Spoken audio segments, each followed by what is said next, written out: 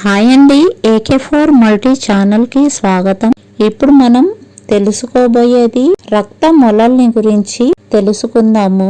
రక్త మొలలు తక్కువగా ఉంటే తక్కువ మోతాదు, ఎక్కువగా ఉంటే ఎక్కువ మోతాదులో ఈ చిట్కాలు పాటించాలండి. ఒకటో చిట్కా, నువ్వులు వెన్న 2 కలిపి 5 గ్రాములు తీసుకోవాలండి. తక్కువ ఉంటే తక్కువ మోతాదులో, ఎక్కువ సమస్య ఉంటే 10 గ్రాములండి తీసుకొని రోజుకు 2 పూటలు లేదా 3 పూటలు బాగా నమిలి తినాలండి. ఇలా తింటే రక్తములలు బాగా తగ్గిపోతాయండి.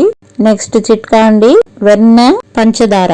ఈ 2 నాగకేసరాలు, ఈ 3 ఒక్కొక్కటి 5 గ్రాములు మోతాదులో తీసుకొని సేవిస్తూ ఉంటే రక్తములలు బాగా తగ్గుతాదండి.